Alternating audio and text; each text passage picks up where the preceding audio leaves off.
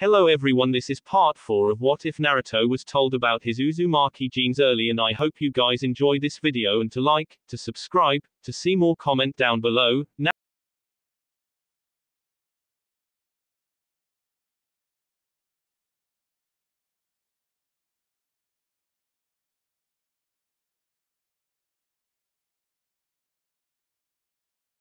on a clear field, just away from Tanzaku.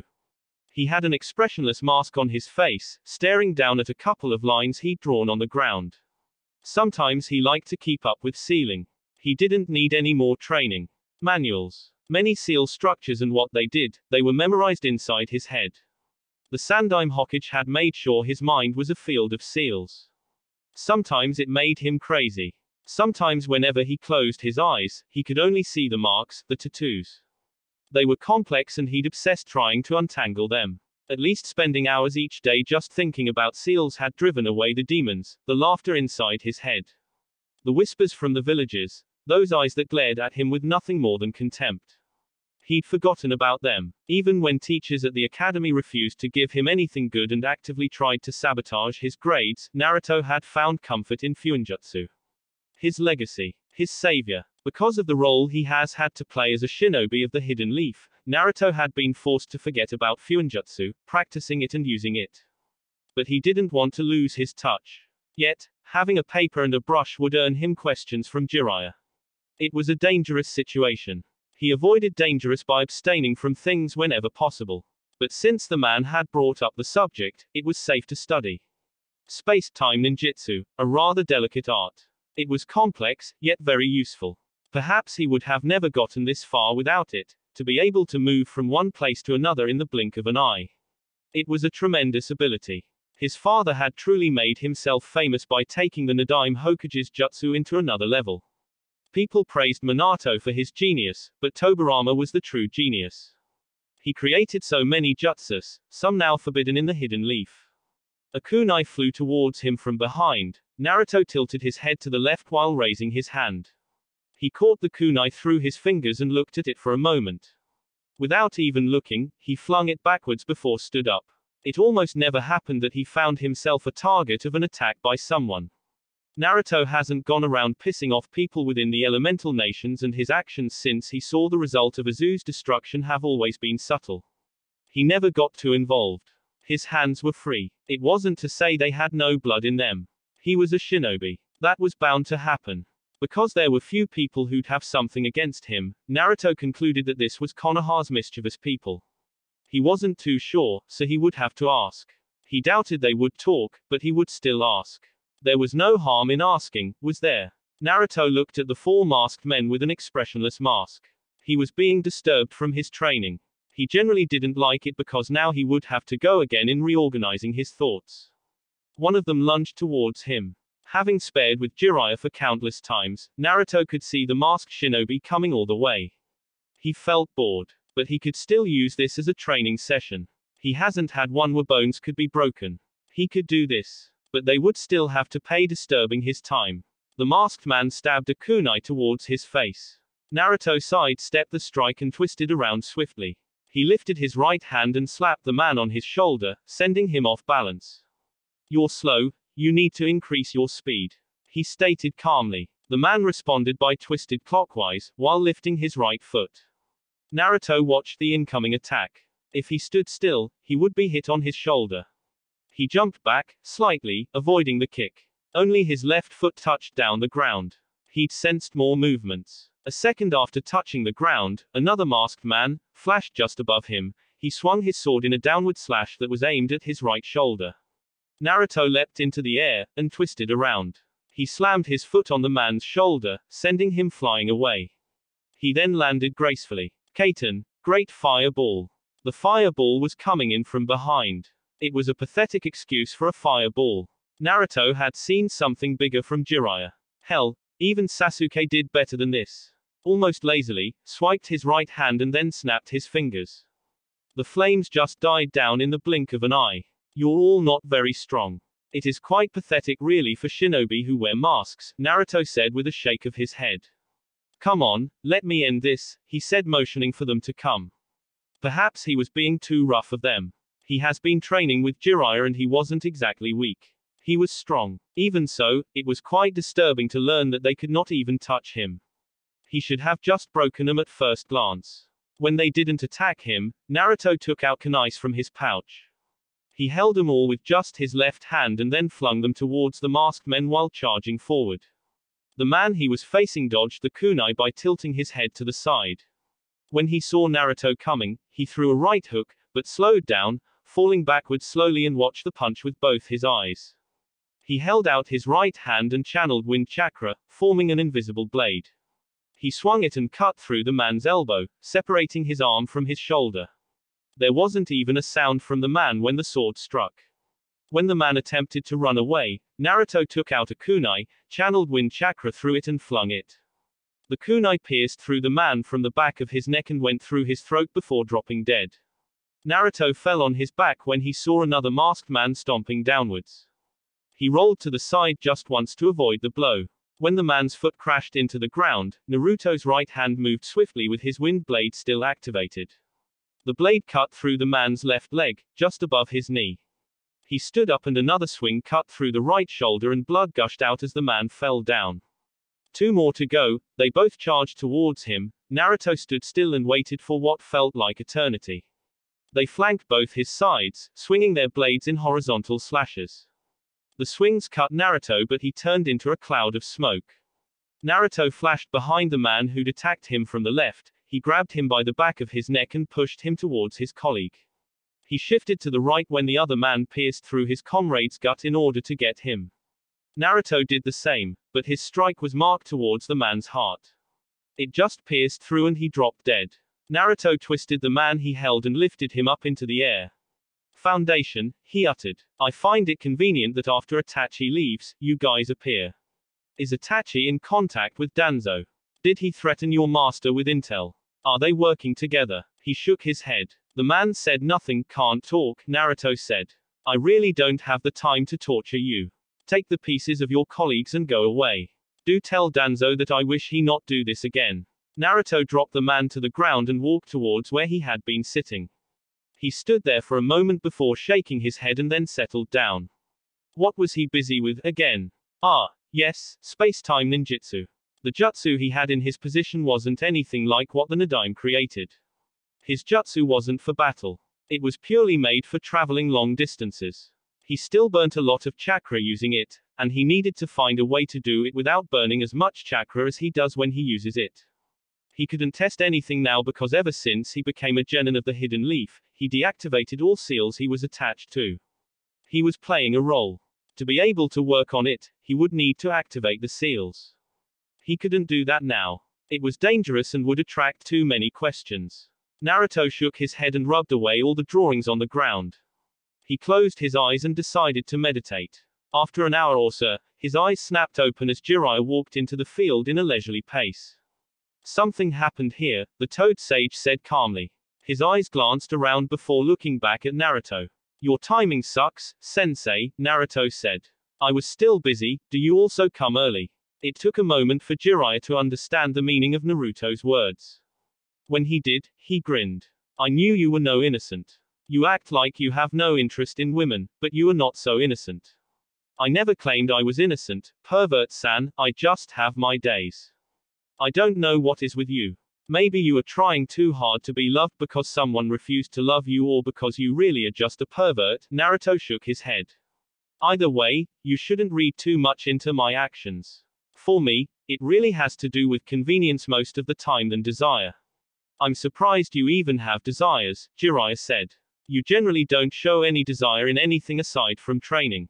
Even so, you are never too excited. Naruto shrugged. Everyone has a desire, sensei. Everyone dreams of something. I have dreams, I just choose not to make them public. What are those dreams? Naruto appeared to be thinking about a response for a couple of moments, but he didn't respond to the Sanin's question. Something did happen, masked men attacked, I think they might be from Konoha. Jiraiya's eyes narrowed sharply. Can you describe the masks? And Naruto did so. The Toad Sage frowned. They are indeed from Konoha. What do you know about the Danzo?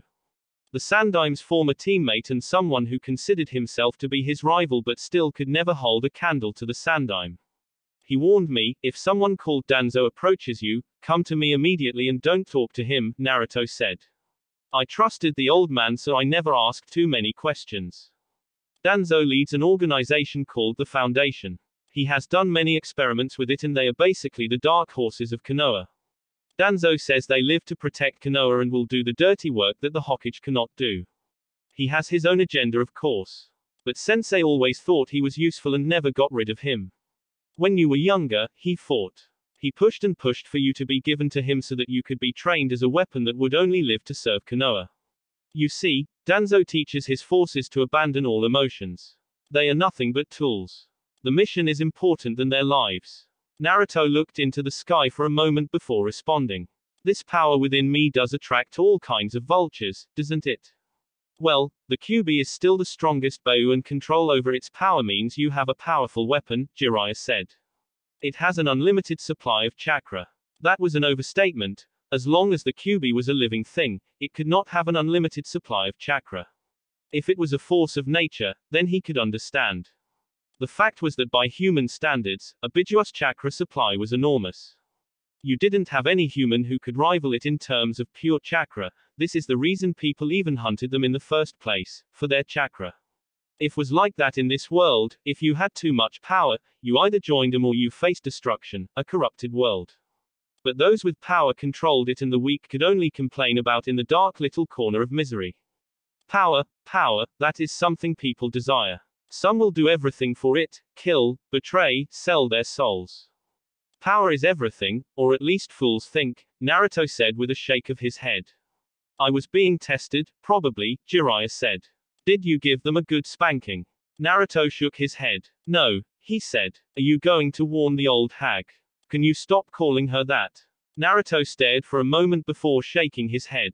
When we arrive in Konoha, I will sweep her off her feet and call her princess. Will that make you happy? Jiraiya painted the thought on his head, and tried to imagine just how soon it would react to it. Try it, he said with a grin. You're being mischievous, Naruto said. Then, of course I have to warn her, the Sannin said. Danzo is dangerous and bad news. I will step on his neck if he is trying something. There had to be a reason the man was making a move now. It could not be that he was simply trying to examine if Naruto was learning something new or not. There was always something with the war hawk. Jiraiya really didn't like dealing with that extremist. It was never good for anyone. I guess he is also the dark force Suna was concerned about, Naruto said in thought. You didn't say anything about that, Jiraiya said to Naruto. You never said Suna was worried about something happening in Konoha. I didn't. Naruto asked with a raised eyebrow. It must have slipped my mind because it was something that occurred when I was coming back. But if Princess Sunid is doing things, there shouldn't be anything to worry about, unless Danzo taps into the village's council, Suna's council I mean. I don't think he'd go that far, Jiraiya said. He could just plan for something to happen to Temari and then blame it or any other village. That sounds like work. Danzo is work, Jiraiya said in a firm tone. In the Third Shinobi World War, he was pushing for Konoha to pin Iwa down and maybe take over. The village was willing to talk at that point but he didn't want it. He wanted Iwa destroyed. I wouldn't be surprised if he even tried to sabotage them, the Sannin paused. I thought you'd show some concern for Temari. Naruto eyed the Sannin very carefully for a moment before shrugging. Temari, the blonde sister of the Kazekage he'd come to know. She was truly a delightful person and to say he got along with her wouldn't be a lie. Still, Naruto wasn't going to stress over it. Perhaps, I have to believe that the people in Konoha are not ignorant of this and Suna seems to be aware, so it should be fine, Naruto said. Jiraiya shook his head. What did he expect? Did he expect Naruto to cry over it and think of rushing over to the blonde's side? At this time, Jiraiya even considered if Naruto was even really mad that Sasuke tried to kill him. He wondered if the blonde was just perhaps mad that he allowed himself to get close when he had grown up distrusting people. Guess what? Jiraiya said, trying to change the subject.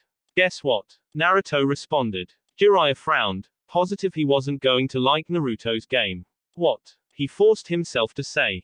I don't want to play. The Tsuchikage's granddaughter is within the town, you have to go to her and speak with her.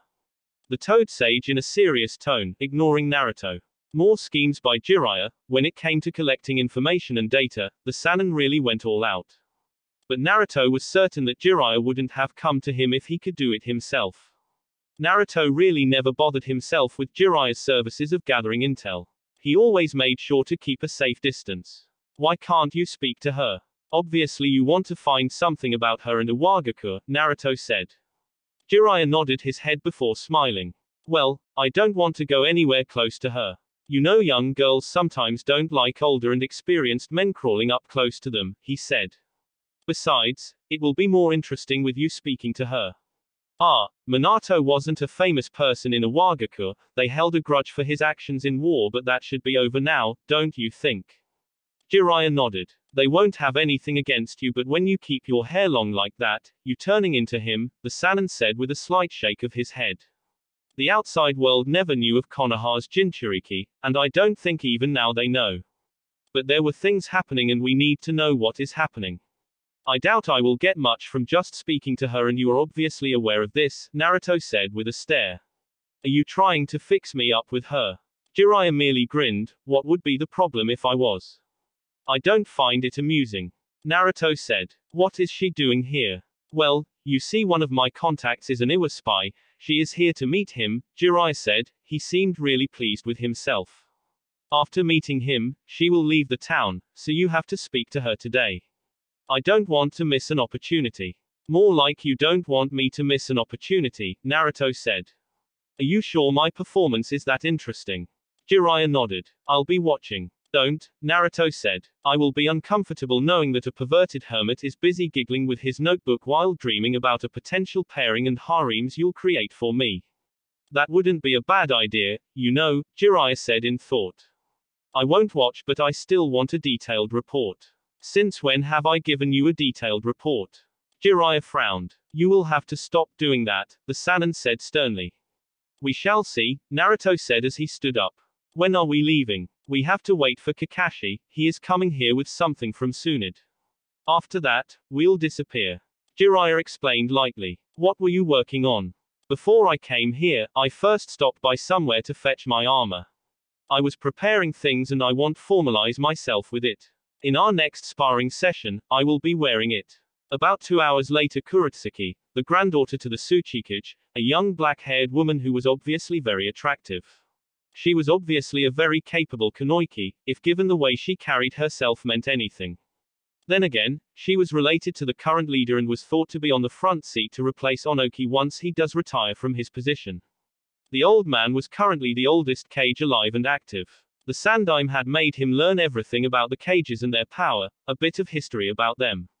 Information was always essential before you made a move. Naruto was certain though. None of the current Kages could be compared to Hiruzen in terms of strength. In his prime, the Sandaime had no one to rival him. It did make Naruto wonder just how the old man who stack up if he was pitted against the first Hokage or the second. Shaking his head, Naruto reminded himself of where he was, in a bar. Shinobi liked this place. Not for the drinks or the pleasures, but exchange for information. It was a good place to overhear conversations, to accidentally bump into certain people. Or maybe to poison someone. Such places existed in another world, far away from the normal things that occurred in the streets. Naruto picked up his bottles and walked over to the Kurotsuki. She was sitting alone by a corner. She was obviously looking for someone. She didn't show it, but Naruto had observed people around this place that he could tell what they wanted judging by their body language. Kurotsuki looked up when the blonde walked up to her. She stared at him, seeing the headband on his forehead. It was bit hidden by the wild blonde hair, but it was Konoha. She frowned. She wasn't looking forward to dealing with Leaf Shinobi. Not now, not at a place like this. But this was the Fire Nation. Leaf Shinobi were everywhere, so it could not be avoided. When did she last someone a picture of such blonde hair and blue eyes? Oh yes, the Yondaime Hokage, a very famous man. Konoha worshipped the man while Iwa was a little bitter that one man had forced them into the negotiating table during the last war. She was well aware that if not for the Sandaime Hokage, the man would have done more damage than he did. At least that was what her grandfather told her. She didn't see it. She hadn't been born into the world, so the fame of the Yondaime was nothing but a story to her. You just didn't think of Konoha's yellow flash, did you? Naruto asked in a light tone, a small smile on his lips. He was still standing. Kuretsuki blinked. I just did, she said with narrowed eyes. I bet people who have seen him will be thinking the same, Naruto said with his smile. Can I join you? No, Kuretsuki quickly said. I won't take much of your time, Kuretsuki. Naruto said, looking straight into her eyes. Oh, and I will tell you a little secret that not even Konoha knows if you let me sit, he said in a whisper, a sly smile in his lips. Kuretsuki frowned. He knew her name. He came here because he knew her. Well, there was no harm in letting him sit with her. She was getting bored alone and was even thinking of leaving anyway. She still had the rest of the day and tomorrow. You can join me, she said. What is the secret? Naruto settled gracefully. He noticed, although she had a bottle before her, she wasn't drinking it. Naruto Uzumaki, a shinobi from the Hidden Leaf, he pointed at his forehead. Uzumaki? Kuretsuki asked. She was immediately interested in listening to that person. She was surprised to see someone from that clan here. Not to mention, as a shinobi of the Hidden Leaf. There were issues with the land of Uzumaki, so seeing another one of them here was a good thing for her. Ah yes, Uzumaki, Naruto said with a smile. My mother was Uzumaki, born in a zoo, but because of the friendship with the Hidden Leaf, she moved there at a young age. Kuretsuki nodded. Why did you decide to join me? You are a Kunoichi of Iwa, and you are sitting here alone, it gives you away, Naruto said with indifference. Besides, you are a rather attractive woman. As a man, I can't ignore you. Kuretsuki snorted. Easy pickings. Naruto laughed. Not at all, he said. Do you think I came for that? If you want easy pickings, he said, turning around and pointed at a woman was drinking heavily, you go for that, you don't approach a woman who isn't even drinking her alcohol and her defenses are as tight as a seal holding back a jinchuriki. Kuretsuki stared for a moment. That is a funny way of describing someone's defenses, she said. But if defenses are not up, scums walk all over you, I don't have time for that. I would think so, Naruto said. Do you just perhaps enjoy the challenge? Kuretsuki asked. You could never be too sure when it came to shinobi. Some people were just suckers for punishment. She could never understand masochist. Naruto smiled mysteriously. Who knows? That smile, Kuretsuki couldn't read it. She couldn't read a damn thing. She couldn't even read the blonde. It made her uncomfortable. What is the secret you wanted to tell me? Naruto smiled a bit sheepishly. Well, the truth is, I really didn't have any secret. I just wanted you to let me sit with you. He said. He would admit he lied with such a smile on his lips. She shook her head. So you are Uzumaki, any connections with Azushiogaku? Naruto took one bottle and put it on his mouth. He took a couple of gulps before putting it the table. That hit the sweet spot, he said smiling. What were you doing alone? People come here with boyfriends, friend, to have fun. I came to drink, you are not drinking, and since this is far from home, we can rule out friends, found love with a man far away from home. Naruto glanced around the place. Now which one could be your type? I figure he has to be strong, good looking, or do you perhaps like women? What? Kuretsuki looked baffled. Naruto laughed. I'm just messing with you, he said. I wanted to see your reaction, but I am curious, do you have someone you love? What does that have to do with anything? I said you were an attractive woman, no, Naruto grinned. Would you like to be friends with me or maybe more than that? Even a friend is better. I don't know you, but I want to know you. Isn't that wonderful? I'm sure as the Tsuchikage's granddaughter, you probably don't get a lot of friends and I'm sure, boys, are intimidated by you to even come close. The last one hit the spot but Kuretsuki wasn't all that concerned with it.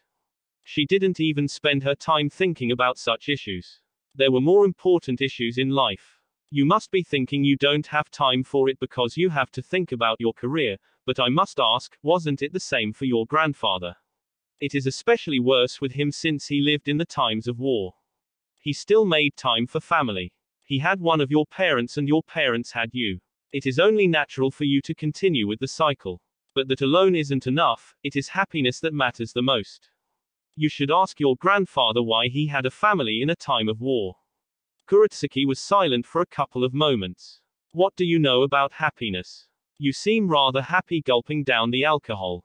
Naruto smiled a small sad smile. I'm a miserable person who wants to bring happiness in his life, he said. What do you say to my offer for friendship? Shinobi want to benefit in everything. I will tell you this, I actually look a bit like Konoha's Yellow Flash because I'm his son. Don't tell anyone about it, it's a secret, he said in a whisper. So, what do you say, don't you want to befriend someone like me? Given the history with Iwa and the fact that you are Uzumaki, I'd rather kill you than befriend you.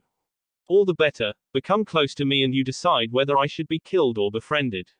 You can do that easily while close to me. Kuretsuki thought about it before smiling. That makes sense, she said. You have deal. Naruto tilted his head aside. His stare made Kuretsuki uncomfortable. Before she could ask, he spoke. You have a beautiful smile, he said. You asked if I have any connection with Azu. I can't answer that, nor can I tell you if I can use my father's jutsu. We will talk when we meet again. We are going to be friends, right? Kuretsuki frowned. That was disappointing. She had been hoping that he would start singing like a bird because he was drinking. Wait, if she let him continue drinking, wouldn't he end up getting drunk? He didn't seem like someone who was fearsome. But you could never know with Shinobi, right? There was no harm in entertaining him for a bit longer to see if he would sing. So, Kuretsuki paused, trying to figure out what to say. I have said a couple of things about myself, you haven't, why don't you start? Or we can hit a battlefield if you think that is dull. A sparring session could be good. I hear some people understand each other better when they cross blades, Naruto said with a shrug. You don't really believe that, do you? If you close your heart, no one will get to it by fighting you unless you really want them to do so. If you, Kuretsuki, don't want to be a friend of mine, sparring with me will only change if you find my skills acceptable, Naruto said. But I do believe a man and a woman can understand each other better when they do foreplay. You get to know your sensitive areas, and maybe when you hit the good spot, some secrets slip out. You're pervert, aren't you? Naruto shook his head. I'm merely stating what I believe, he said. What is it going to be? Kuretsuki would rather have him continue drinking so he gets drunk and start talking. I'll talk, Naruto nodded. But I have a rule, he said. If you lie and I spot it, you take a drink. He pushed a saucer towards her. It wouldn't be fun if I got drunk alone, now would it? Kuretsuki frowned. She was going to get drunk. There was a reason she wasn't even drinking in the first place. But Naruto was already way ahead of her, and if she doesn't admit that she is lying, how would he tell? Of course, she had no intentions of telling the whole truth. Fine. Oh, she regretted that choice later. Naruto was sitting by the window, looking over at the streets of the town. Nothing was ever like Konoha. There was peace. There was freedom. Konoha had restricted his movements with its contempt for him and really made things difficult.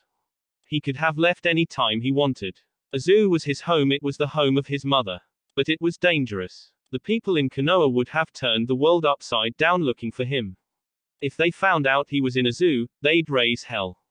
People like Danzo would be at the forefront of the attacks. The man would be looking for his Beiyu, the Kyuubi. When it came to him, the only thing the man was interested in was the Beiyu. It didn't matter if Azu and Konoha were technically still allies, Danzo would try to invade Azu. If he could not, he would entice the enemies of the whirlpools to do it for him. The Warhawk was capable of doing something like that. Being here was safer, and as long as he gained strength, it was more than enough. There was not even a need to rush things. He was growing. He needed to grow. They needed to be careful, lest they suffer another tragedy. Your ability to remain still for hours still amazes me, Jiraiya said. He was standing next to Naruto, eyes glancing between the blonde and the streets.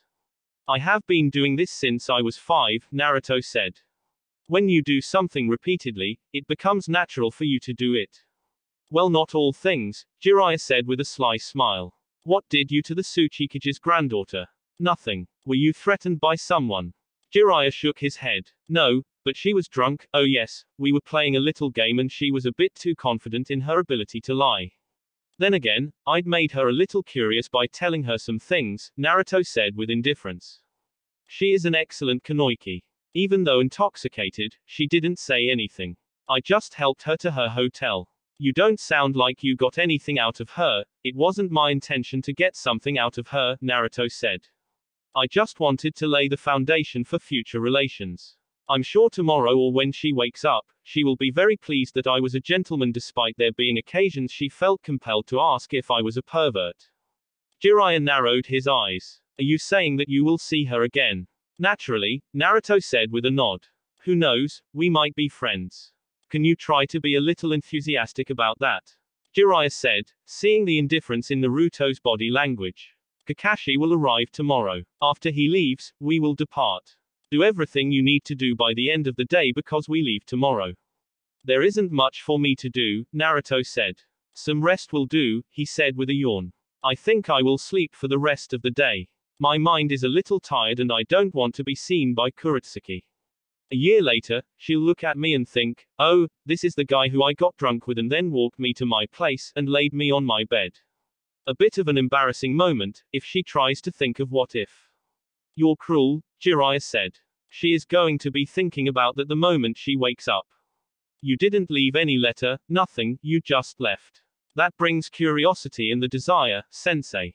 Naruto said in a simple tone. When you passionately kiss a woman, and then leave her with a hand on her lips, thinking, wow. She will think about the kiss when she wakes up, when she kisses another man. Speaking like a corn artist, you do that often. Naruto shrugged. You jealous that I can do that? Well, I could understand. I don't see any woman chasing after you, saying they want more. I haven't seen any woman chasing after you either. Nice touch, Naruto grunted. But you should be satisfied that we shall speak again, no. For better relations with Konoha and Iwa, that is suitable, I bet the creepy geezers in dark corners would be thinking about a political marriage. 3 months later, Jiraiya damn sensei. Naruto couldn't understand the Sannin at times. He really did like doing things at his own time and wouldn't allow anyone to interfere. He never really did like spending too much time at one place. They'd spent 2 months training together and the Sannin then suddenly said he was going and would return soon. He never returned. He left him and never returned for a whole month and now a letter came, saying they would meet in the clouds so that Naruto could test himself against another Jinchuriki. Naruto hadn't been afraid of being alone, but he had been warned, don't use the Kyuubi's chakra while I am away, just continue learning using the fire element. Of course, Naruto hadn't listened to those demands.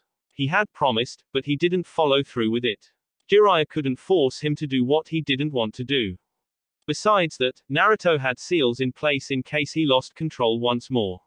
He was currently walking through the land of hot of water, coming all the way from the land of tea.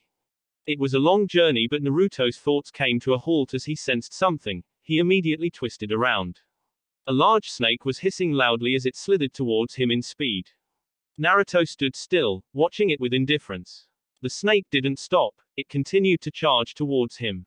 As it neared him, it lunged towards him, trying to smash him with its head. Naruto merely raised right hand, with its palm open. The snake slammed into the hand, coming to a complete halt. Naruto didn't move, not even a muscle. He might look a bit slim, but he had conditioned his body. He might not be in the standards of someone like Guy, but he could hold his own in terms of physical strength. Naruto ignored the hissing snake and looked up. Orochimaru, he said, seeing the snake Sannin, standing atop of the snake with a wide grin, hands folded across his chest. Naruto should be afraid of Orochimaru. There was no question that the Sannin was a powerful shinobi, and not someone who should be taken lightly.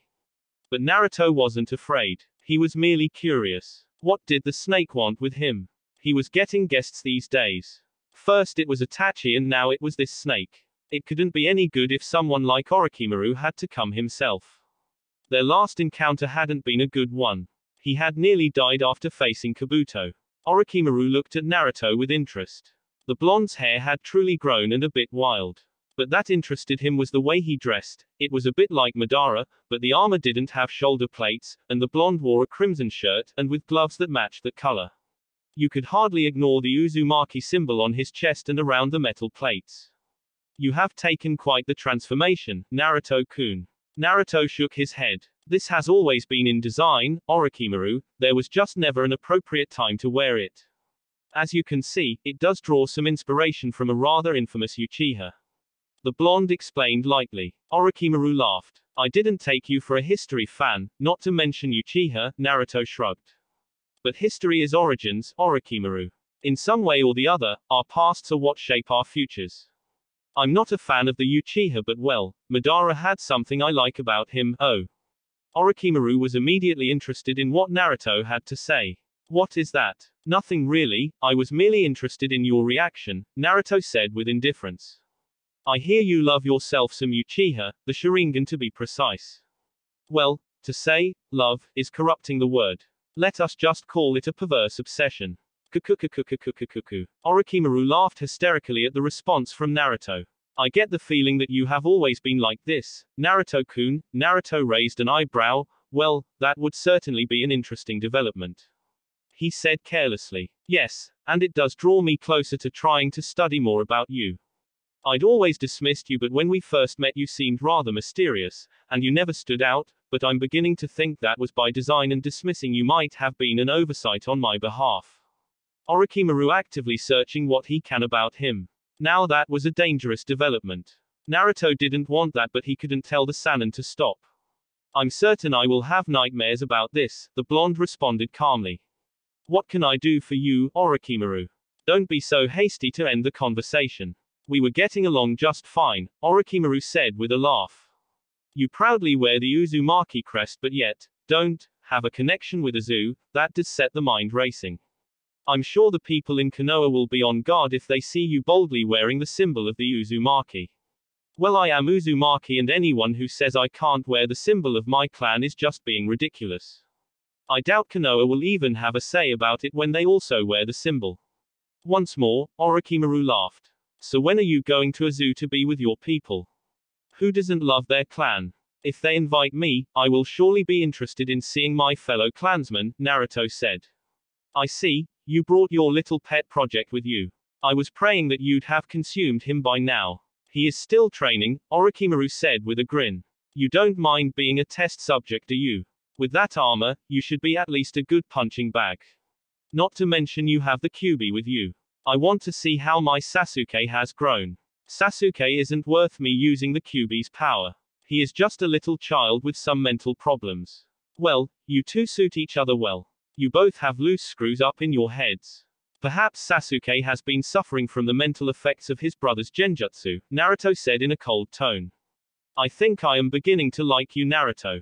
Naruto shook his head. I'm afraid I don't swing that way, Orochimaru frowned.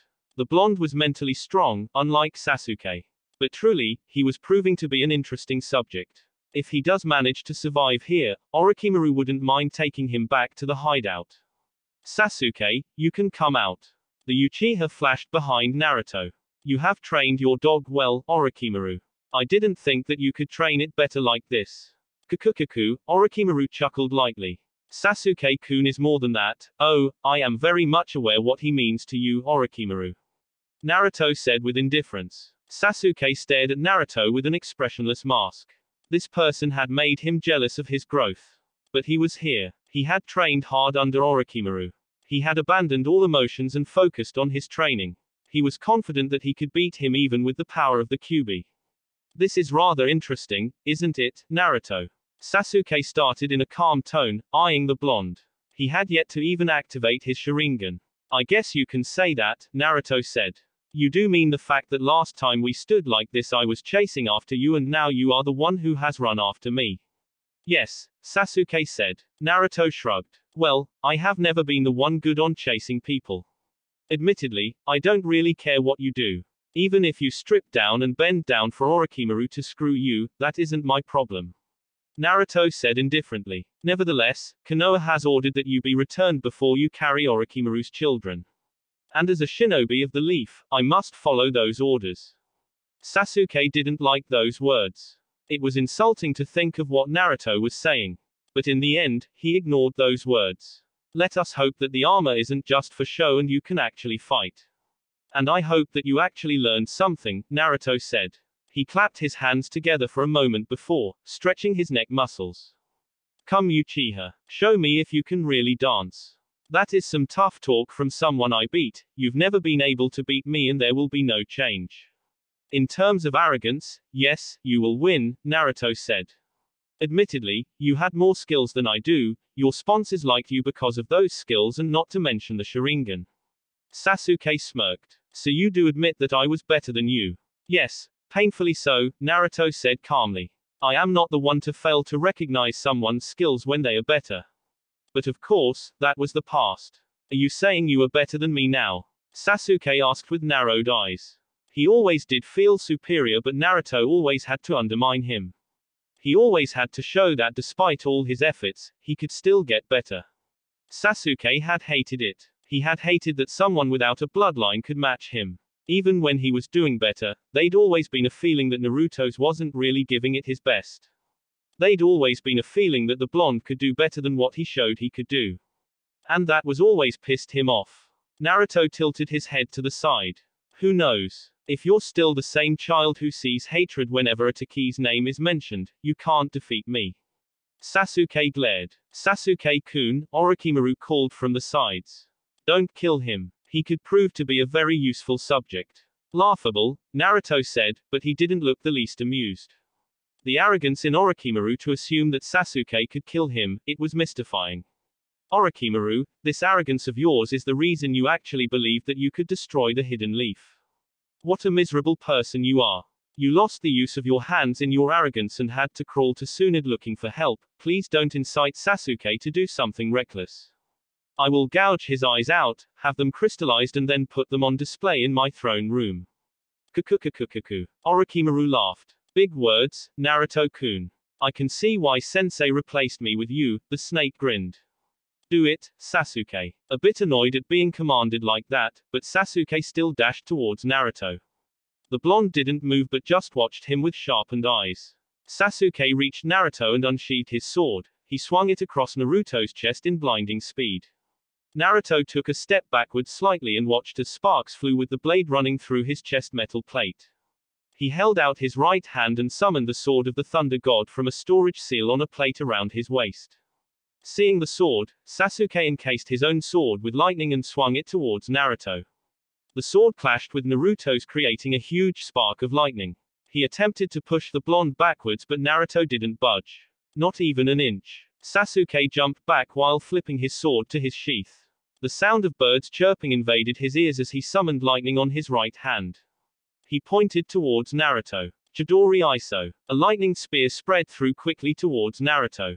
The blonde reacted instinctively by shifting his body to his left while positioning his sword to block the jutsu. It managed to graze through his right shoulder before Naruto pushed it away with his sword. Sasuke cancelled his jutsu and burst towards Naruto. He flipped several times as he neared and tried to slam his right foot above Naruto's head. The blonde took a step back to avoid the kick. Sasuke managed to flip once more and touch the ground with his hands, his body positioned upside down. He quickly bent his arms before going airborne. Kaiten. Great Fireball no Jutsu. Sasuke breathed in before exhaling a large fireball. The flames sped towards Naruto quickly. Sasuke was left puzzled when the flames suddenly disappeared into thin air as if they had just burnt out. When Naruto flashed in front of him while he was still in midair, Sasuke activated his fully matured Sharingan and saw the incoming punch directed at his chest. He quickly flipped, twisted above the blonde. He stretched out his hands and touched Naruto's shoulders before using them to propel himself further away. He twisted around in flash and tried to kick Naruto on the back of his head. Naruto held out his right hand and gathered wind around the tip of his middle finger. He gathered enough chakra for the Uchiha to even spot the chakra buildup. Wind bullet. Sasuke still couldn't react swiftly to avoid the bullet that sped through in the blink of an eye and collided with his chest. There was so much force behind it and Sasuke felt the air leave him for a moment before he was sent flying backwards. He recovered quickly by flipping once before landing down. A second later, Naruto crashed in front of him, driving his fist towards his chest. Uchiha twisted anti-clockwise while unsheathing his sword.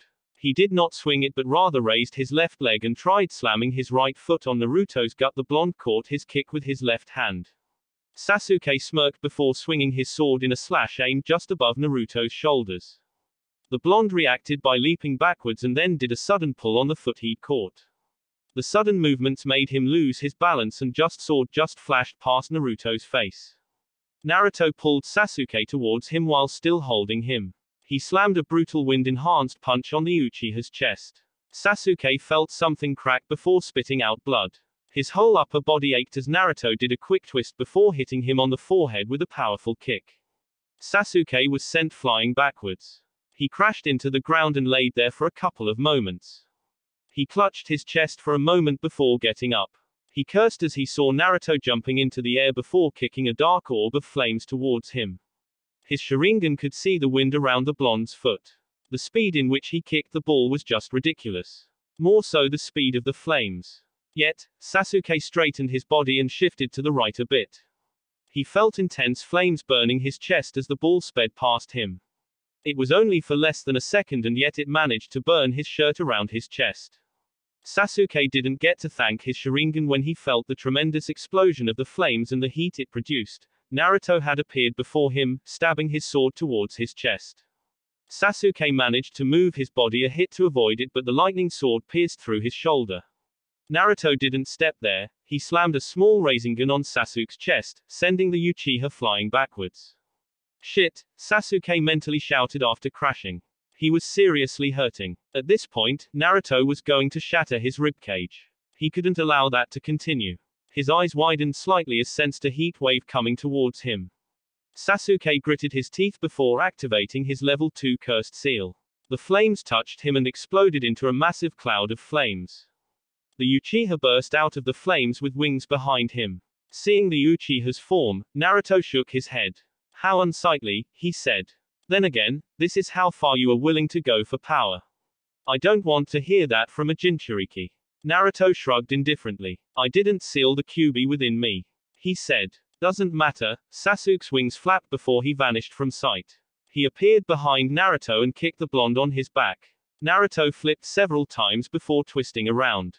He landed gracefully. Sasuke was right above him, a Chidori on his hand. Naruto summoned a Rasengan and slammed it towards Sasuke's jutsu. When the jutsus collided, there was an explosion of chakra and lightning. Seeing that he was being pushed back, Naruto jumped backwards to create some distance between him and the Uchiha. But Sasuke cut the distance in the blink of an eye. The Uchiha attempted to kick him straight on his face, but Naruto crossed both his hands, and the kick hit the defense. Naruto's body slid through the ground considerably after being pushed back. Chidori Senbon. Sasuke fired multiple Senbons towards Naruto in quick succession. Naruto frowned before summoning his lightning sword. His hands blurred through the air as the sword collided with the Senbons, but a couple hit him on his knees and left shoulder. While swinging his sword, Sasuke flashed below him. Chidori. The Uchiha slammed the jutsu on Naruto's gut. But the blonde suddenly burst into hundreds of sharp, almost invisible wind blades that cut through Sasuke's hand, although his elbow. Sasuke cursed, feeling that some chakra points had been damaged. Naruto appeared on the Uchiha's left side with a wind blade on his right hand. The blade extended massively. The Emperor's cutter. He swung it in a downward slash and it cut through Sasuke's wings. Sasuke cried out in pain as the stage 2 failed him. When he saw Naruto swinging his sword once more, in panic he released a jutsu. Chidori Nagashi. Naruto didn't even wince when Sasuke discharged electrical currents that hit his body. It rendered him motionless for a moment and Sasuke used that chance to get away from Naruto. The Uchiha cursed inwardly as he breathed heavily. He wasn't going to lose this battle. He would not lose it. Stage 1 of the cursed seal was still active. He could still fight. Disappointing Sasuke, I expected better from you, Naruto said with a shake of his head. Oh, right, 3 months ago, I was with Itachi, he says, hi. But at this point, I will be the one to kill him before you do. It will be sweet, isn't it? If I take away your precious revenge away from you. Sasuke was angry. He was mad. He forgot about the pain and lunged towards Naruto, but he was stopped from doing as a large snake appeared in the middle. We are leaving, Sasuke. Orochimaru hissed while standing atop of the snake's head. No, the Uchiha said. I need to finish things with him. It is no longer possible, Orochimaru hissed. Come on now, he almost shouted. Too late, a giant toad crashed into the scene. Jiraiya was standing atop of the toad. The legendary Jiraiya-sama has arrived. Kukukaku, Orochimaru greeted his former teammate with a laugh. While I would like to play with you, Jiraiya, we were on our way. Oh, the toad sage grinned. Do you think I am going to let you escape? You just attacked my apprentice, and I know why you are in a hurry to leave. This is a good opportunity to take both of you to Konoha. Some other time, Orochimaru said. Sasuke. He hissed, and this time, the Uchiha listened. It was a pleasure, Naruto-kun. We shall speak soon, perhaps next time. I'll be the one entertaining you, Orochimaru bowed mockingly. Explosions started to tear through the ground like a chain reaction. Massive amounts of flames and smoke covered the area for a couple of minutes. When everything cleared, Orochimaru was gone. Damn, Jiraiya cursed. Got away again. Thanks Gamabunter, we could have been late. The Toad Chief didn't respond to Jiraiya and turned towards Naruto. He had kept his eyes on him. Even when that explosion occurred, he hadn't moved. Not a muscle. He just stood there without even shielding his eyes.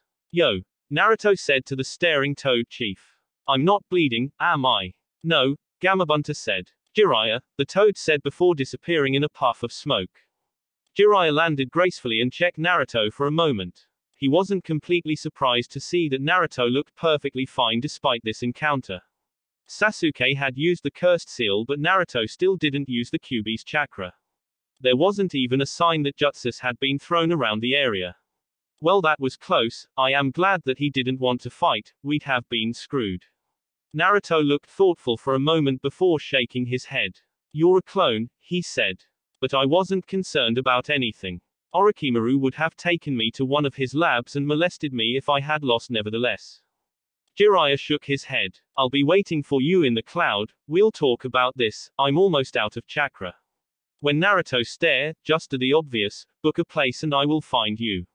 And if I hide? Jiraiya shrugged. You are going to wander through a bar one day, I'll find you, he then disappeared in a puff of smoke.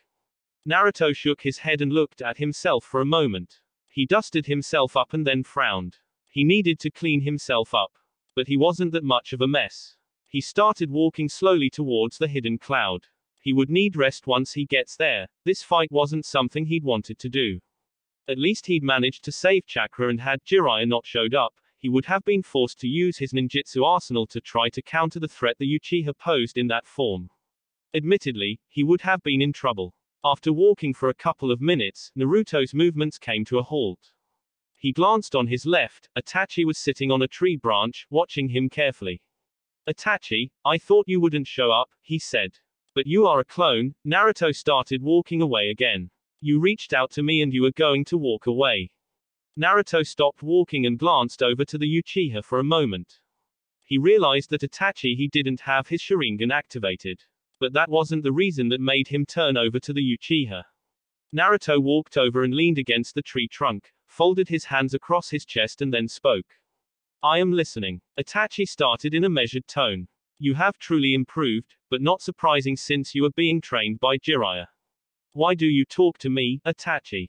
You are a shinobi of the Hidden Leaf. Was a teammate of my brother and you are Uzumaki, Itachi explained. Those things matter, more so than you are willing to admit or to show. But I am here because I am connected to all three parties in some way. How connected how are you to Uzumaki, Itachi? Azu, but I cannot get into those details. Perhaps I will never get to them with you. Itachi responded. Let us talk about your connection with my brother and Konoha. Tell me, although you are Uzumaki, you are still a Konoha shinobi. Should things come to a point in the near future that Sasuke tries to attack Konoha, would you stop him? Do you no longer care that you are more than willing to kill him if it meant protecting Konoha? Naruto glanced up for a moment before closing his eyes. That raises questions, Itachi. Why would Sasuke even try to destroy the Hidden Leaf? He left it to gain power. Sasuke is gullible and can easily be painted any color by anyone with the means. The fact that he left Konoha to join Orochimaru is proof of this. Orochimaru tried to destroy Konoha once and failed. If he has Sasuke and regains his strength, wouldn't he try to do it again?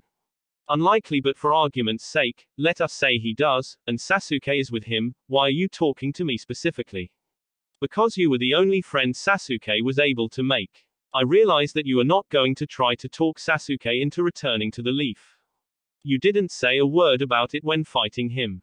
Naruto shook his head. Just because I didn't talk to him about it doesn't mean that if I'd broken both his legs and clipped his wings, I wouldn't have dragged him to the leaf. Despite my views about him, if the mission is to stop Sasuke by any means, I will do it. I see, Itachi said, silent for a couple of moments before speaking again. I am speaking to you because I want to understand you and your motives. You want to get stronger, but for what? You haven't shown any desire for anything, but I know you are not completely without any desire. You have hopes, you want something, but I don't know what it is. And that makes you nervous of the Uzumaki's revival? Naruto asked. But what is my connection to this? Yes, I do have dreams, but I am not the one to share them a public knowledge. Still, that doesn't answer the core question to your interest in my dreams and the potential connection to the Uzumaki. I am a rogue shinobi of Konoha and wanted, but I don't want to consider you an enemy. However, I must know, where is your home, Naruto? Uzumaki is more than just clan politics, but it is home. It is the place where your mother was born. Is your home Konoha or Uzu? Itachi asked. You have always proudly worn the symbol of your clan and even now, you wear it. You are proud of being Uzumaki, which begs the question, why are you not in Uzu? Whether we are enemies or not depends on my response to your question, Itachi. And although I do not wish to make an enemy out of you, I don't want to share anything with you. You are not my friend and your motives are unknown to me. You seem to concern yourself with where my loyalties lie, but how does that affect you in any way? Itachi was silent for a moment. He really hoped that he wasn't wrong. Naruto was more than someone who was ranked a genin by Konoha.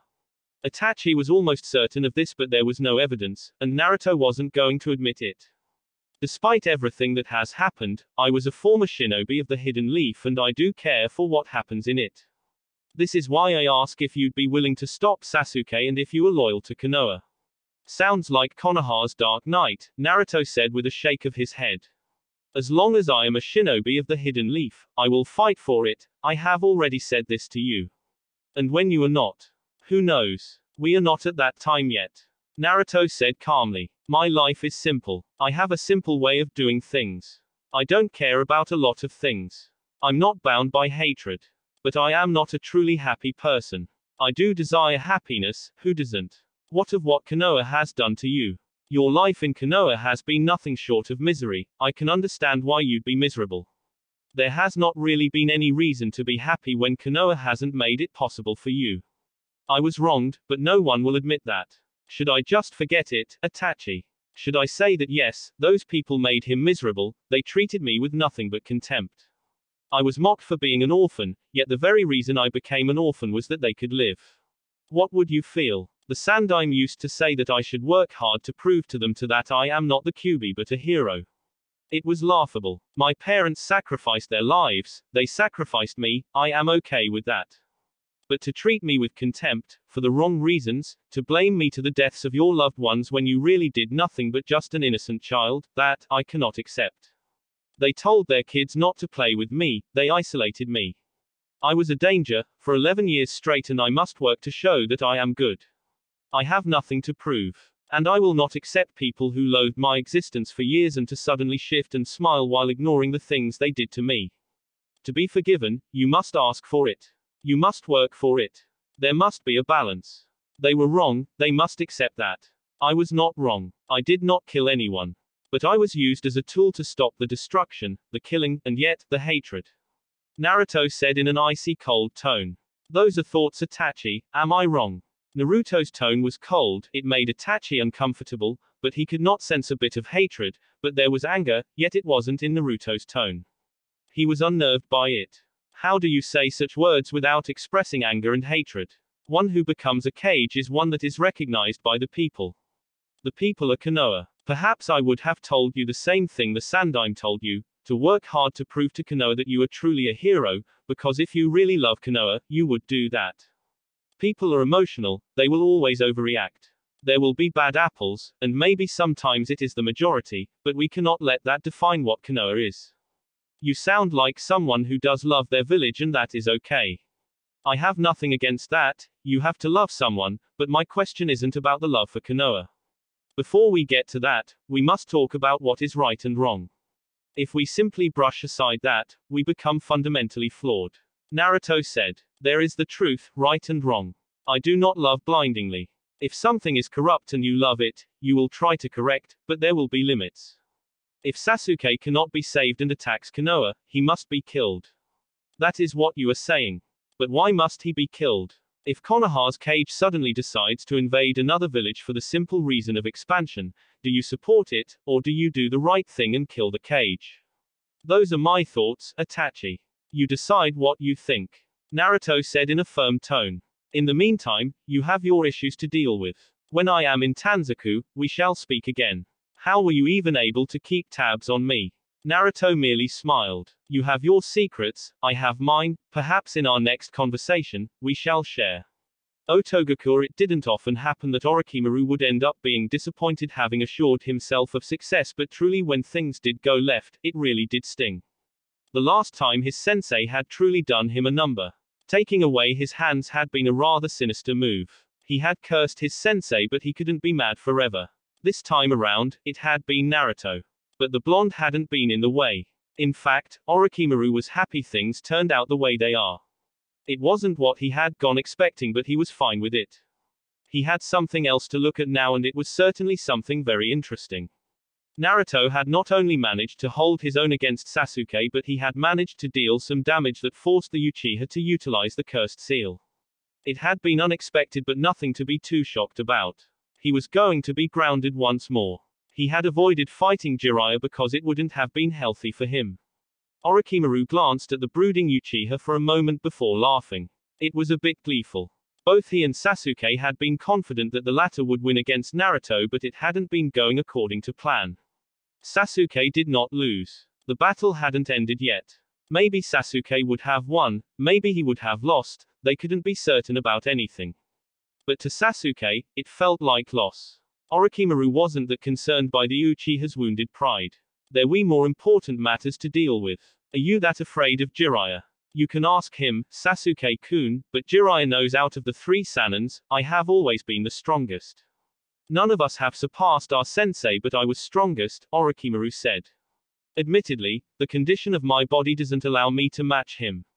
I'm afraid fighting him would result in more severe consequences for me. Sasuke snorted. I came to you for power, Orochimaru, but you have not given me what I want if I could still struggle against Naruto. If I can't defeat him, I can't defeat Itachi. I can only push you so far, Sasuke-kun, Orochimaru responded calmly. There are some things that you cannot be taught. You need to look at where you have failed. Power I have given you. You depended on my cursed seal to defeat Naruto the last time, and this time around, you still used it. He was using the power of the Kyuubi last time. Yes, frightening power, but Naruto has no bloodline, and still this time around, he didn't use the chakra of the Kyuubi, Orochimaru pointed out, a little amused by Sasuke's glares. At this point, he was going to end up taking Sasuke's body even when he wasn't ripe. You are the one who has failed. If you cannot improve me, there will be no reason for me to stay with you, Orochimaru. After saying that, Sasuke stomped away from Orochimaru. Kabuto looked at the retreating Uchiha for a moment before turning to his master. He looks like he has taken quite the knock. Orochimaru shrugged carelessly. Sasuke has grown strong, but he fails to control his emotions when Itachi is mentioned. Unable to control himself, he doesn't act rationally. Naruto didn't do anything impressive. The Sannin looked thoughtful for a moment. But admittedly, he is truly better than expected. It could have gone either way. Well, Kabuto could understand why Sasuke would be displeased. Naruto's growth was the reason Sasuke had felt like he needed to get away to gain more power. Sasuke was strong, Kabuto could admit that much. But this was going to turn things back a bit. Are you going to have another try? Not at the moment, Orochimaru said. He was grinning. You should have seen the way he handled himself. Even when I was there, he didn't blink. He just stared into my eyes and asked me what I wanted. He has a way with words. Should we increase our efforts on him? Orochimaru nodded. You need to work quickly. I don't know how this body will hold on. If we don't take Sasuke, I will have to find a new host. It is becoming troublesome since he is talking about leaving. Orochimaru couldn't allow that to happen. If Sasuke left, he might never be able to get him back. To stop him from leaving, Orochimaru would be willing to take over even when the time wasn't right. There hadn't been this threat before, so it was never a consideration. I will get on it. And the other thing, it has been wiped clean of everything. There was dust, so I assume they did it some time ago, Kabuto responded calmly. Well, it is safe to assume that there are possibly people who saw Izu's destruction and who know about its secret hideouts and possessions, Orochimaru said. Even though the Mask Temple was in the outskirts of Konoha, it wasn't something that everyone knew. Considering the things that were in there, it did make sense to keep its location hidden, Kabuto said. How has Naruto been able to improve drastically in such a short time? There are two possibilities. It is either he has always been good but chose not show it, or he has one big appetite for learning new things. He proudly wears the symbols of his clan, and yet even though it has revived, doesn't claim to have any desire to reunite with his clansmen. Isn't that strange? Are you suggesting that Naruto has a connection with Uzu? Yes, Orochimaru said with a nod. We just have to discover what that connection is. Kumogakur, the hidden cloud, a power-hungry nation it once was. Perhaps it was still power-hungry. Had it not been for the Sandaim's methods and the Hyuga's sacrifice, maybe Konoha and the Leaf would have gone to war over something the village was truly guilty of doing. Ridiculous. In this world, right no longer mattered.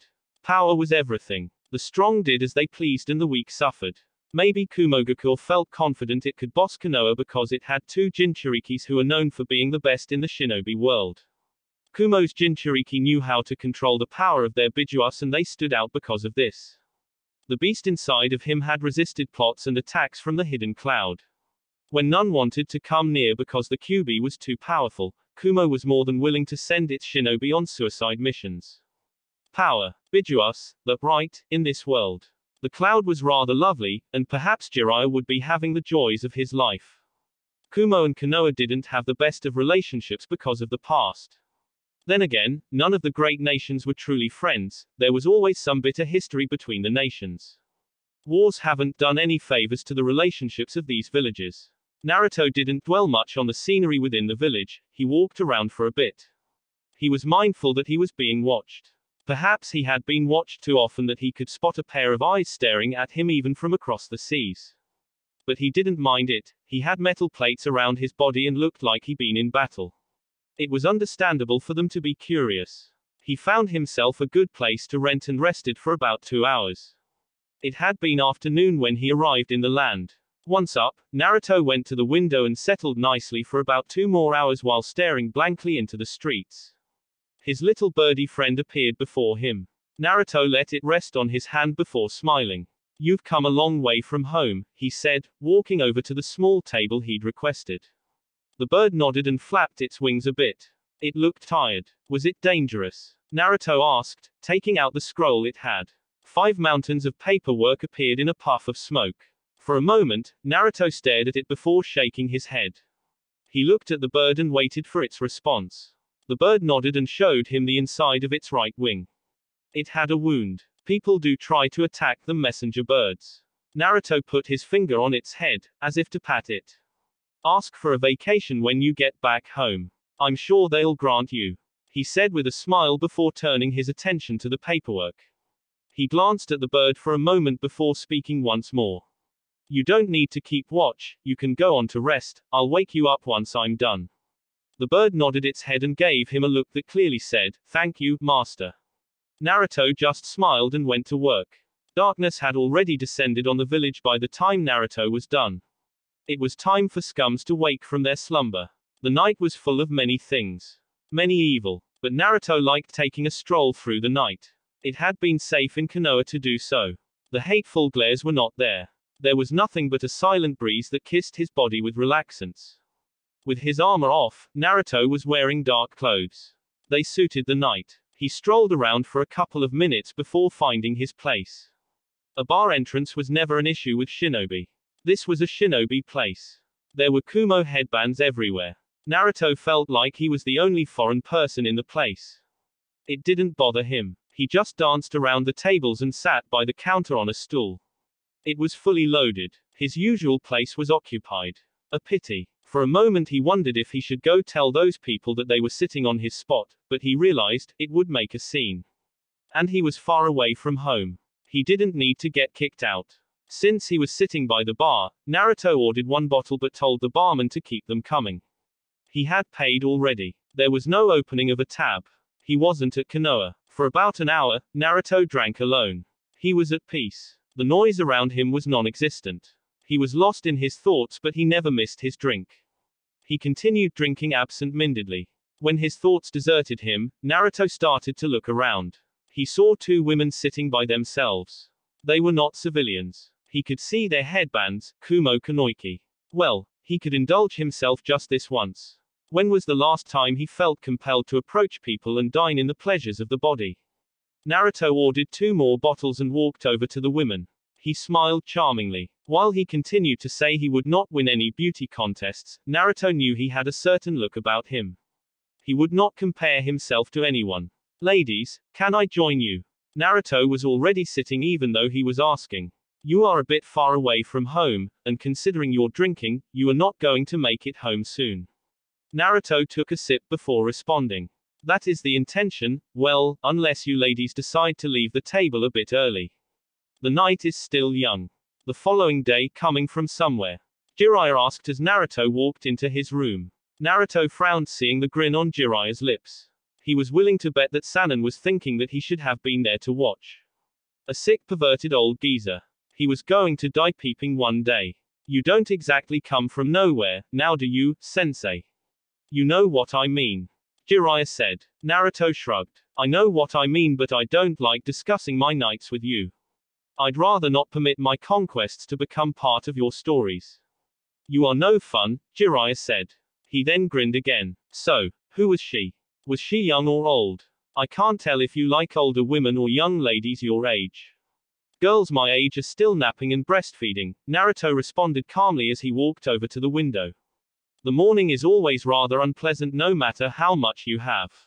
How much did you drink? A lot, Naruto said. I approached 2 women who got drunk before I could. To even the score, I had to drink more. But some shinobi from Kumo blocked my path, and to avoid a battle, I had to back down. Went by a corner, drank some more before being approached by someone who seems to like young men. I knew it. Jiraiya exclaimed. You do like older women. Some of them, but that there was no helping the situation there was rather difficult. And I really didn't want to come back here alone, Naruto said. You would prefer being in bed with a stranger than someone you know, Jiraiya said with a shake of his head. That is some way of doing things. Naruto wanted to remind the Sannin that he got into bed with people who he didn't love because the one person he has loved his whole life didn't love him in the same way he loved her. But he figured it would be a low blow. Jiraiya was okay, there was no reason to make him miserable, especially when he was here trying. Naruto wasn't that cold-hearted to ignore the man's efforts. How long have you been here? A day or 2, Jiraiya said with a shrug. How was fighting Sasuke? Naruto said with a shrug. Nothing fancy. He is easy to mess with, so not that much of a problem. I would have been in trouble had you not come in around that time. The power of the cursed is something else. Not to mention Sasuke already has the Sharingan. I am fortunate his eyes are not like his brother's. I wouldn't have willingly fought him if there was a choice. Are you afraid of facing the Sharingan? Naruto shook his head. No, it just makes me mad, the ability to see the future, the ability to copy jutsus and the ability to cast genjutsu upon you with just a look. If I fought against the Sharingan with the intention to kill, I wouldn't kill that person, I'd just gouge out their eyes and leave them blind. Sometimes I think you'll be capable of cruel actions, the Sannin said with a shake of his head. Well, there was no helping the situation. I will have to make a report to Tsunade that you encountered him. If I had been there, we could have captured both. If I had used the Kyuubi's power, I could have captured both. Although he didn't want to show it, Orochimaru was weak. He wasn't the same person who appeared in the Chunin exams. Then I had been amazed by his power. Then, he looked like a normal person. But I would have still released Six Tails and brutalized him, Naruto explained lightly. Being confident is good, but being overconfident will get you killed, Naruto. You're talking about the same situation in which you sent a clone to intervene, pervert sensei, Naruto said with a stern look to the Sannin. Why did you send a clone anyway? I was held up with the Raikage and I wasn't sure, Jiraiya said. I'm still glad you did well though. Did you have any doubt? Naruto asked the Sannin. You have been sparring with me. Do you still doubt my strength? You can never be sure, Jiraiya said. I didn't think he'd take this chance though. He was must-have waiting for the right moment. We will have to be careful from now on. We can't have moments like this happening again. We might not be fortunate next time. Naruto said nothing but he could agree with the Sannin on that point. How was your talk with the Raikage? A bit unpleasant but nothing to worry about, Jiraiya said before taking out a file. This is the Jinchuriki you are going to meet. I won't introduce her to you.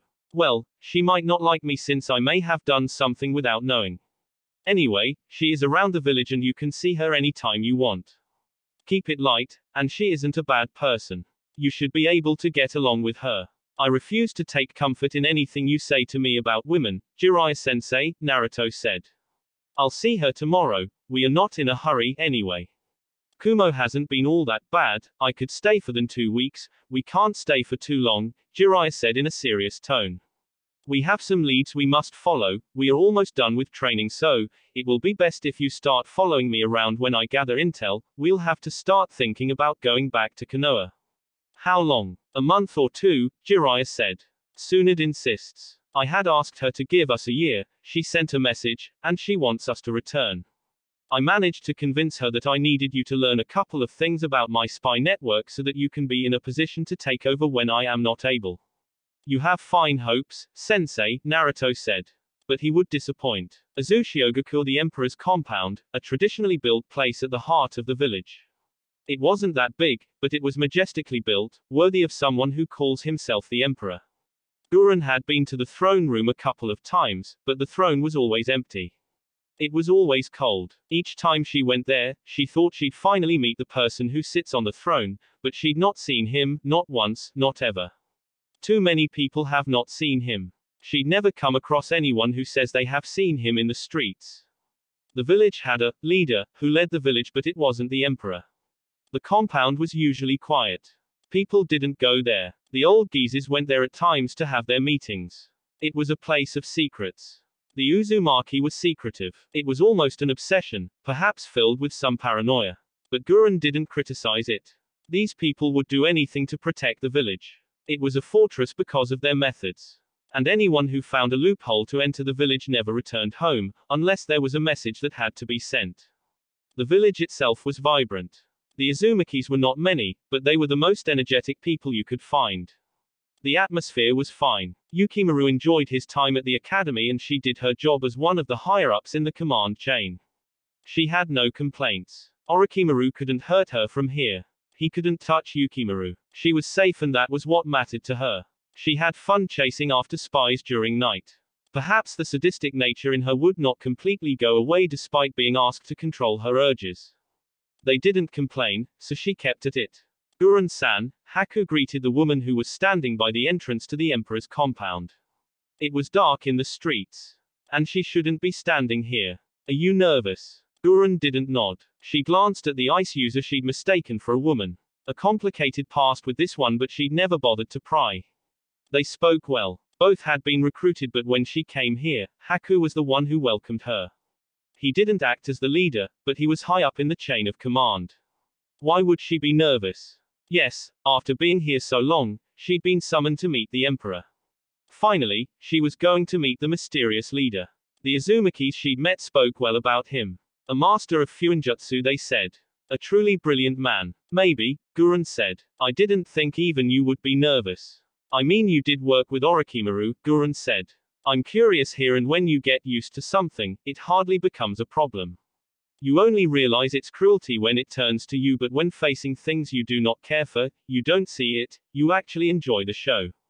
Haku shook his head. He could never understand this woman. She was strange and nothing like the Uzumakis. Then again, she'd been hired to do a job that demanded that you do dark things. A job he could never do, but perhaps he might fight himself in the battlefield somewhere in the years to come. There is no need to worry, he's not a bad person. Haku said with a smile. Best we not keep him waiting. He said, walking over to the entrance. There was no one guarding, but both he and Gurren knew there was a barrier around this place. The moment they stepped into the compound's ground, their presence had already been known. Azu was just a giant barrier that could be turned on at any moment. It had a particular ability and it would certainly offer a nasty surprise to enemies, but it was reserved for cases of an invasion. How many times have you been here? Gurren asked. I hardly see you around the village. You're mostly on the other side of the island. Well, I actually live here, Haku said with a smile. Gurren was surprised. She didn't know that, and she ran the village's covert affairs. Then again, whatever happened in the compound was always secret. It was after all the most secret place within the village. You're not always around when I come around, with spies always trying to sneak in, there is no rest. Sometimes you have to chase some across the sea. Gurren said with a shake of her head. It was a busy job but she had to do it. People are curious, Haku said. I'm surprised I haven't even seen my former master's number 2 sneaking into the village to try to get intel, Gurren said. Then again, with how good he is, tracking him would be difficult. As she said those words, they entered the throne room. It was dimly lit, but the walls were in the form of a pale blue crystallized ice. The floor was the same. You could see a massive Uzumaki symbol on the floor, deep within the ice. The same could be said when you looked into the ceiling. There were pillars around the throne. Today, there was a person on the throne. Cold eyes were staring at them without blinking. His head was tilted to the side, resting on the palm of his right hand. She couldn't see him clearly but there was no presence from him, she couldn't even tell if he had chakra. If she wasn't seeing the silhouette, she would have said there was no person there.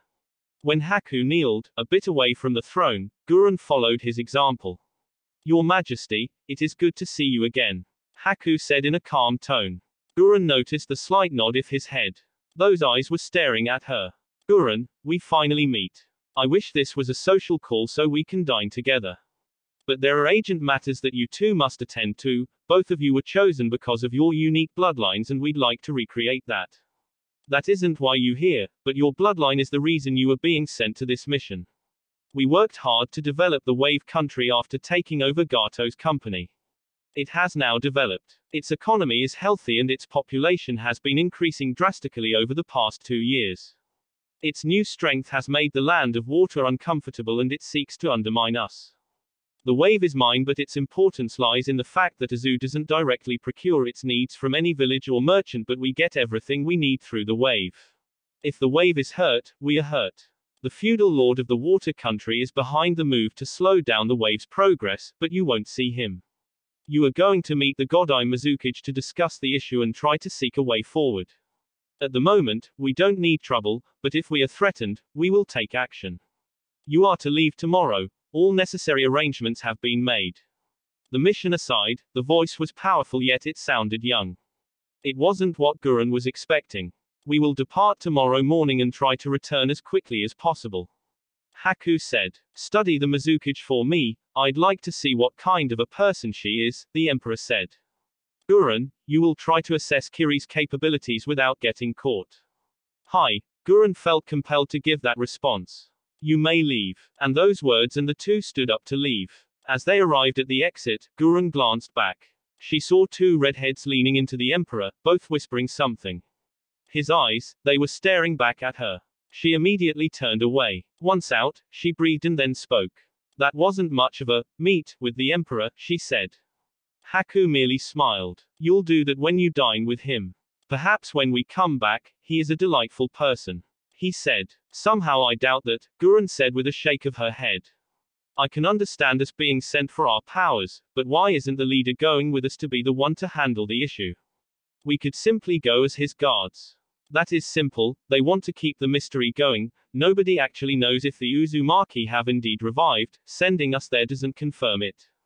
Gurren nodded and looked back at the compound. The throne room shouldn't fit in that place, should it? It was much bigger when you were in the inside than when you looked at it from the outside. She glanced at Haku. Why is there a difference in size?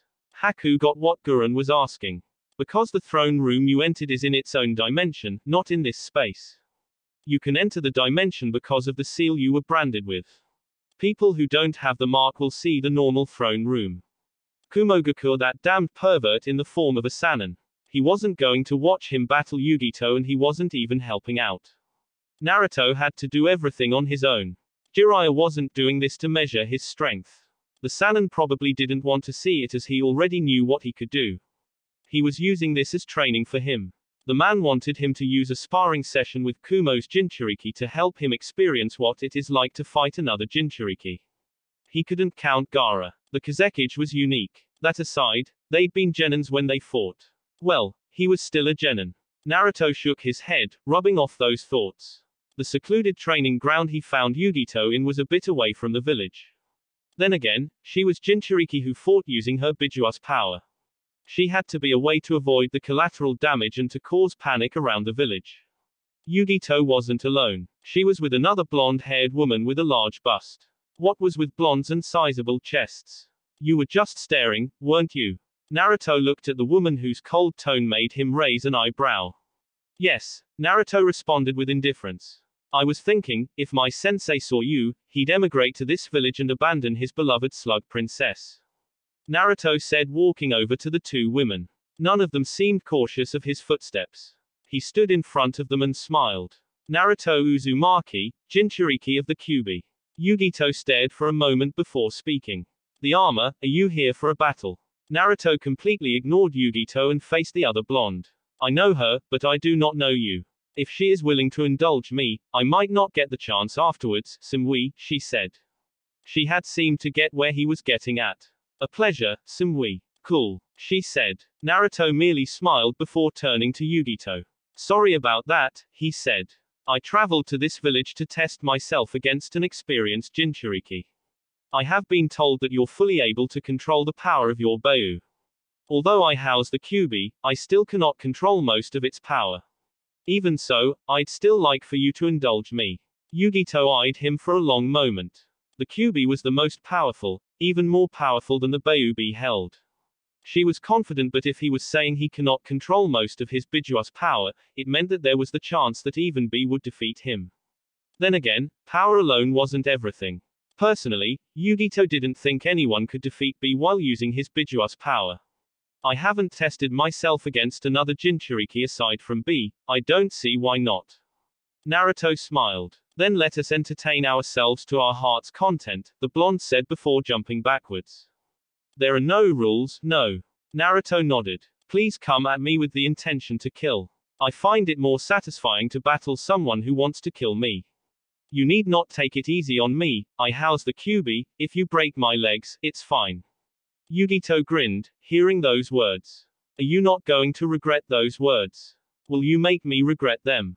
Naruto asked. If you make me regret them, I'll treat you to a meal every day while I'm still around in the village. I don't want to brag, but I am quite the cook. You are offering to cook for me? Yugito asked. If you don't regret those words, what do I have to do? Take me out, tonight, deal, Yugito said. Naruto took out his lightning sword and sped towards Yugito. The blonde didn't wait for him to arrive, she also charged, holding a kunai which was encased with blue flames. Naruto swung his sword towards Yugito's left shoulder in a horizontal slash. The blonde aligned her kunai over the shoulder and blocked the swing. The flames burst lightly upon contact with Naruto's sword. Yugito lifted her right foot, aiming for his shoulder. Naruto jumped back slightly to avoid the kick. Yugito twisted quickly while shifting the kunai she held towards her left hand. When Naruto touched down the ground, she was already upon him, stabbing the kunai towards his throat. He lifted up his sword, blocking her strike. She felt her kunai tremble slightly as Naruto's blade slid through the kunai, cutting it. Rasengan. Naruto formed an orb of chakra on his left palm and tried to smash it towards Yugito, but she managed to speed away from the path of the jutsu. The Rasengan slammed onto the ground, and exploded. The explosion tore through the ground, creating a small crater. When Naruto tried straightening up, Yugito flashed in front of him. Her fight foot cleaved through the air in tremendous speed. Naruto could only cross both his hands across his face while holding his sword to avoid the kicking slamming into his face. When the kick connected with his defense, it sent him flying backwards. Naruto recovered quickly by flipping several times before landing on both his feet. Yugito dropped into all fours as she formed claws. She then lunged towards Naruto in blistering speed. Naruto didn't wait for her to reach him. He summoned his sword once more and began to dart towards the woman. He held his sword in a reverse grip and slashed towards the blonde. Reacting swiftly, Yugito slid through the ground, while ducking under the sword. Yugito stretched out her right hand, her claws swiped through Naruto's right foot as she slid down the ground before quickly getting up. She retracted her claws and went through hand seals. Flame explosion. She spat a small ball of flames that sped towards Naruto at close range. Naruto didn't try to use his jutsu upon seeing the flames. He did hand seals while flashing around to face the incoming jutsu. Futon, Great Wind Breakthrough. He released powerful gusts of winds in a flash. The gusts covered a wider area and were bigger than Yugito's flames. But when the jutsus collided, the flames went off, setting off a huge explosion that disrupted the gusts, causing a violent reaction of flames and wind fighting it out. Naruto was forced to jump away to create some distance from the explosion to avoid getting caught in it. Once he touched down the ground, Yugito flashed in front of him in blinding speed. He couldn't react quickly as she swiped her claws across his chest. There were sparks when the claws ran through the armor plate. Yugito swung her left with claws racing towards his face. He leaned back slightly as watched the claws pass by his face. Wind bullet. Naruto didn't spit the bullet from his mouth, he channeled chakra into the tip of his index finger, forming a small orb of wind. He flicked it, and it slammed into Yugito's chest. When it collided with her, it caused her to slide back slightly but not enough to cause massive damage.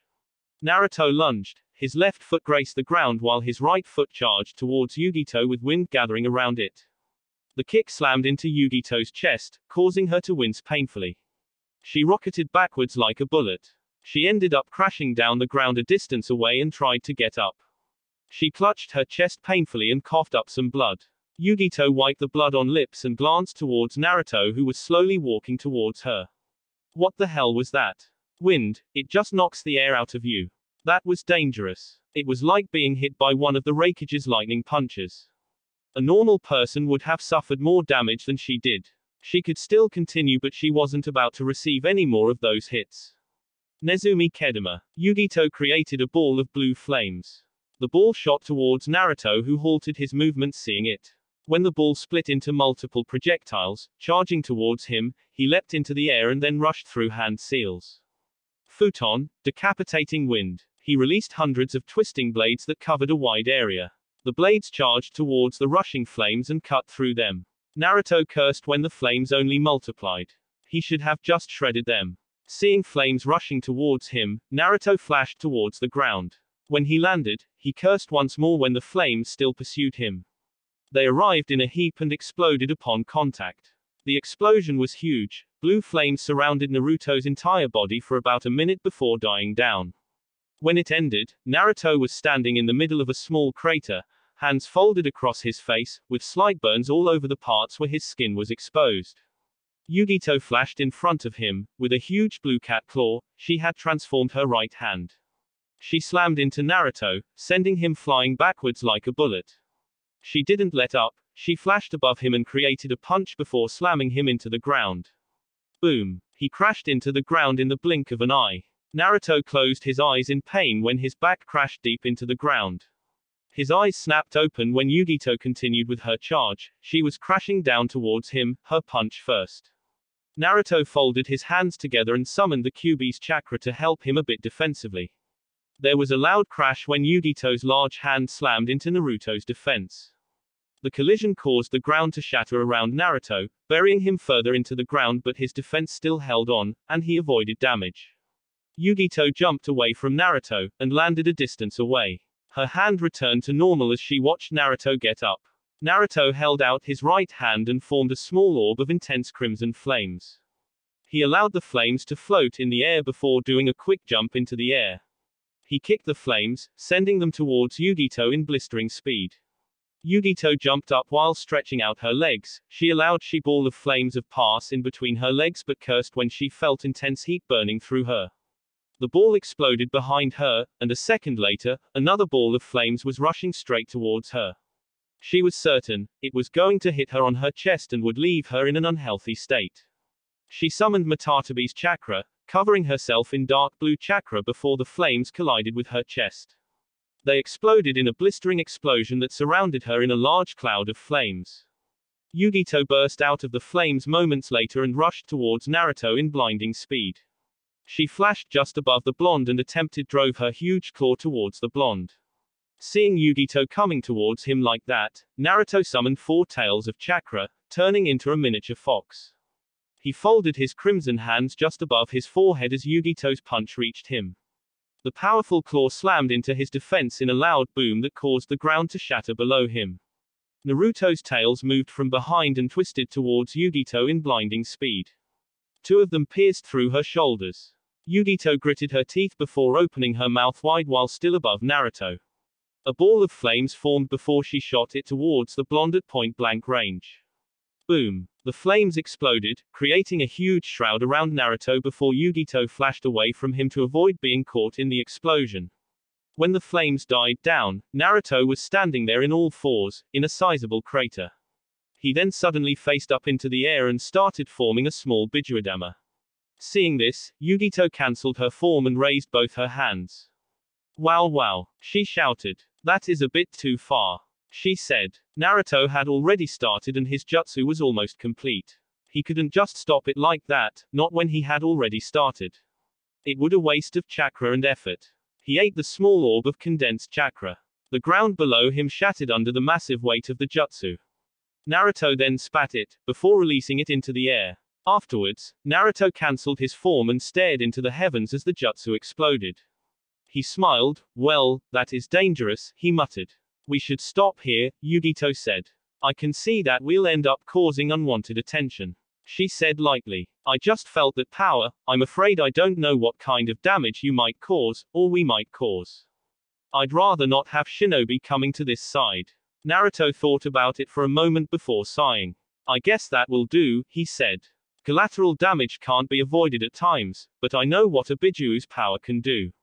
Yugito smiled. You're really skilled. It became obvious that without transforming I couldn't do anything, she said. I have had time to train, Naruto said looking up into the sky. What about our bet? I couldn't make you eat your eats, let us just call it even, Yugito said. But still willing to dine with you, only if Samui joins us. Cool, Naruto said with a smile. That will be it for this video. If you want more, comment down below, like, subscribe. And see you guys later.